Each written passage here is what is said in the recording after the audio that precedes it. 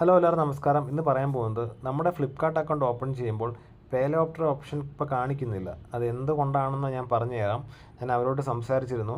ഇതെൻ്റെ Flipkart account open ചെയ്യുമ്പോൾ എൻ്റെ പേ ലേറ്റർ ഓപ്ഷനിൽ ക്ലിക്ക് ചെയ്യുമ്പോൾ കാണുന്നതാണിത്. എനിക്കൊരു EMI പെൻഡിങ് ഉണ്ട് അടുത്ത മാസത്തേക്ക്. പക്ഷേ അത് ഓപ്പൺ ചെയ്യുമ്പോൾ your pay later account has been posed എന്ന് കാണിക്കുന്നു. ഒരുപാട് പേര് കംപ്ലൈൻ്റ് ആയിട്ട് വന്നിട്ടുണ്ട്. ഇങ്ങനെയാണ് പേ ലേറ്റർ ഓപ്ഷൻ എടുക്കുമ്പോൾ കാണിക്കുന്നത്. നിലവിൽ എനിക്കൊരു EMI ഉള്ളത് കൊണ്ട് ആ ഒരു ഓപ്ഷൻ കാണിക്കുന്നുണ്ട്. ഇതുവഴി നമുക്ക് റീപേയ്മെൻറ്റ് ചെയ്യാവുന്നതാണ്. അപ്പോൾ നിങ്ങൾ ഇതുപോലെ പ്രോഡക്റ്റ് വാങ്ങിയിട്ട് റീപേയ്മെൻറ്റ് ചെയ്യാൻ ഓപ്ഷൻ ഇല്ലെങ്കിൽ നിങ്ങളുടെ IDFCയുടെ ഒഫീഷ്യൽ ആപ്പ് ഇൻസ്റ്റാൾ ചെയ്ത് രജിസ്റ്റർ ചെയ്ത് അവിടെ നിങ്ങളുടെ പേ ലേറ്ററിലെ ലോൺ അക്കൗണ്ട് കാണുന്നതായിരിക്കും. അതുവഴി നിങ്ങൾക്ക് റീപേയ്മെൻറ്റ് ചെയ്യാവുന്നതാണ്. ഓക്കെ, നിങ്ങളൊരു പക്ഷേ റീപേയ്മെൻറ്റ് ചെയ്താലും എല്ലാ മാസവും 5-ാം തീയതി കഴിഞ്ഞായിരിക്കും അപ്ഡേറ്റ് ആകുന്നത്. ഇത് ഞാൻ നോർമലി പേ ലേറ്ററിൽ പേയ്മെൻറ്റ് അടയ്ക്കുന്നത് ഫ്ലിപ്കാർട്ട് വഴിയാണ്. സോ ഇപ്പോൾ ഇങ്ങനെ ഒരു ഇഷ്യൂ ഉള്ളത് കൊണ്ടാണ് ഇങ്ങനെ വന്നത്. അപ്പോൾ നിലവിൽ എനിക്കൊരു EMI ഉള്ളത് കൊണ്ട് അത് എനിക്ക് കാണിക്കുന്നുണ്ട് നവംബറിലേക്ക്. ചിലപ്പോൾ അതും കൂടെ അടച്ചു കഴിയുമ്പോഴത്തേക്ക് ഈ പേ ലേറ്റർ ഓപ്ഷൻ കാണിക്കത്തേ ഇല്ല എന്നാണ് അവർ പറയുന്നത്. കാര്യം സെക്യൂരിറ്റി റീസൺ കൊണ്ടാണ് ഇതിപ്പോൾ കാണിക്കാത്തത്.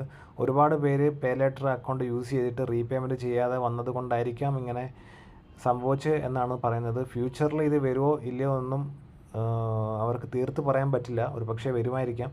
ഇത് ഡീൽ ചെയ്യുന്നത് IDFC ബാങ്കുകാരാണ്. സോ എൻ്റെ ഫ്ലിപ്കാർട്ടിൻ്റെ പേ ലേറ്റർ ഓപ്ഷൻ എടുക്കുമ്പം ഇങ്ങനെയാണ് കാണിക്കുന്നത്.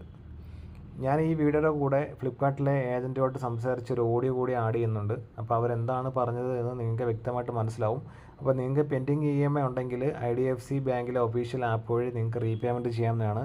ഇൻ കേസ് നിങ്ങൾ ഫ്ലിപ്കാർട്ടിൽ ഈ ഒരു ഓപ്ഷൻ ഇല്ലെന്നും പറഞ്ഞ് നിങ്ങൾ റീപേയ്മെൻറ്റ് ചെയ്യാതിരുന്നാൽ ഉറപ്പായും നിങ്ങളുടെ സിബിൽ സ്കോറിനെ ബാധിക്കും. നിങ്ങൾക്ക് ഫ്യൂച്ചറിൽ ഒരു ലോൺ കിട്ടാത്ത അവസ്ഥ വരുന്നതായിരിക്കും.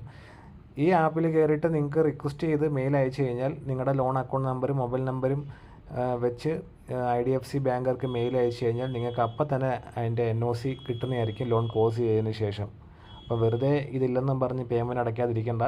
നിങ്ങൾക്ക് അല്ലെങ്കിൽ നിങ്ങൾക്ക് മൊത്തം പണി വരാൻ പോകും.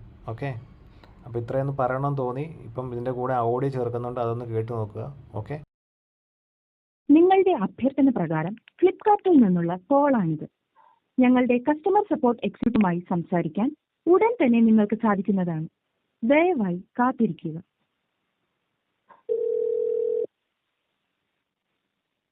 നമസ്കാരം, ഫ്ലിപ്കാർട്ടിലേക്ക് സ്വാഗതം. എൻ്റെ പേര് അനഘ, സംസാരിക്കുന്നത് ബിബിനോടാണോ? അതെ അതെ. പേര് കൺഫേം ചെയ്യാൻ എങ്ങനെയാണ് സഹായിക്കേണ്ടത്? ഇപ്പോൾ എൻ്റെ പേ ലേറ്റർ അക്കൗണ്ട് ഓപ്പൺ ചെയ്യുമ്പോൾ അതിൽ എക്സ്പയർ ആയെന്നാണല്ലോ കാണിക്കുന്നത്. ഓക്കെ സാർ, പേ ലേറ്റർ ഇപ്പോൾ അൺഅവൈലബിൾ ആണ് സാർ. സെക്യൂരിറ്റി റീസൺസ് കാരണം ആർക്ക് യൂസ് ചെയ്യാൻ പറ്റില്ല സാർ. ഒന്ന് ഉറക്കെ സംസാരിക്കാമോ? കേൾക്കുന്നില്ല. കേൾക്കുന്നുണ്ടോ സാർ? കേൾക്കുന്നുണ്ട്, പറഞ്ഞു.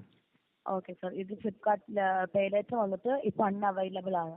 അതായത് ഇപ്പോൾ വർക്ക് ആവില്ല ആർക്കും. കാരണം കുറച്ച് സെക്യൂരിറ്റി റീസൺസ് കാരണം അതിപ്പോൾ ടെമ്പററി വർക്കിംഗ് അല്ല. ഓക്കെ, അപ്പം പെൻഡിങ് ഉള്ള EMI നമ്മൾ എങ്ങനെ അടയ്ക്കണേ? അത് പെൻഡിംഗ് ഉള്ള EMI ആണോ? ഞാൻ ചെക്ക് ചെയ്തിട്ട് പറയാം, സാറിന് ഹോൾഡ് ചെയ്യുന്നോളൂ. ഓക്കെ, എനിക്കൊരു EMI പെൻഡിങ് ഉണ്ട്. ഓക്കെ സാർ, ഡീറ്റെയിൽസ് ചെക്ക് ചെയ്യുന്നതിന് ഭാഗമായി സാറിന് 2 മിനിറ്റ് ഹോൾഡിൽ വെച്ചോട്ടെ. Okay, thank you. കോൾ തുടർന്ന് നന്ദി സാർ. സാറേ അത് EMI അടയ്ക്കാനാണെന്നുണ്ടെങ്കിൽ സാറിന് കോൺടാക്ട് ചെയ്യാം. മറ്റേ IDFC ബാങ്ക് ഇല്ലേ, IDFC. അതിൽ EMI അടയ്ക്കാൻ ഓപ്ഷൻ കാണിക്കുന്നുണ്ട് എൻ്റെ ഫ്ലിപ്കാർട്ടിൽ. പക്ഷെ അടയ്ക്കാൻ പറ്റില്ല അല്ലേ? അപ്പോൾ ആ ബാങ്ക് കോൺടാക്ട് ചെയ്താൽ മതി. അതല്ല, അതിൽ ഓപ്ഷൻ ഉണ്ട്, അതുവഴി അടച്ചാൽ മതിയല്ലോ അല്ലേ? അങ്ങനെ ഉണ്ടെങ്കിൽ അടച്ചാൽ മതി. അടയ്ക്കാൻ ഇല്ലാന്നുണ്ടെങ്കിൽ IDFCനെ കോൺടാക്ട് ചെയ്താൽ മതി. ഓക്കെ, ഇത് എന്താണ് ഇഷ്യൂ? എന്താണ് പേ ലേറ്ററിന്റെ ഇഷ്യൂ വന്നത്? എന്താണ് ഇനിയിപ്പോൾ ഇനി വരില്ലേ? സെക്യൂരിറ്റി റീസൺസ് കാരണമാണ് സാർ. ഒരുപാട് പേര് അടയ്ക്കാതെ ഇരിക്കുന്ന കുറച്ച് സിറ്റുവേഷൻ ഉണ്ടല്ലോ. അപ്പോൾ ആ ഒരു ക്ലിയർ ആവുന്നവരെ നമുക്കിപ്പോൾ അത് യൂസ് ചെയ്യാൻ പറ്റില്ല ആർക്കും. ഓ, അങ്ങനെയല്ലേ? അപ്പോൾ ഇനി വരാൻ സാധ്യതയുണ്ടോ? പേ ലേറ്റർ ഇനി വരാൻ സാധ്യതയുണ്ടോ? ഉണ്ട്. നമുക്ക് ഇതുവരെ അപ്ഡേഷൻ ഒന്നും ആയിട്ടില്ല. അപ്ഡേഷൻ വരുമ്പോൾ സാറിന് എങ്ങനെയായാലും സാറിനെ അറിയിക്കുന്നതായിരിക്കും. സാറിന് അപ്ഡേഷൻ വരുന്നതായിരിക്കും അതിനെ പറ്റിയിട്ട്. ഓക്കെ, ശരി. ഓക്കെ.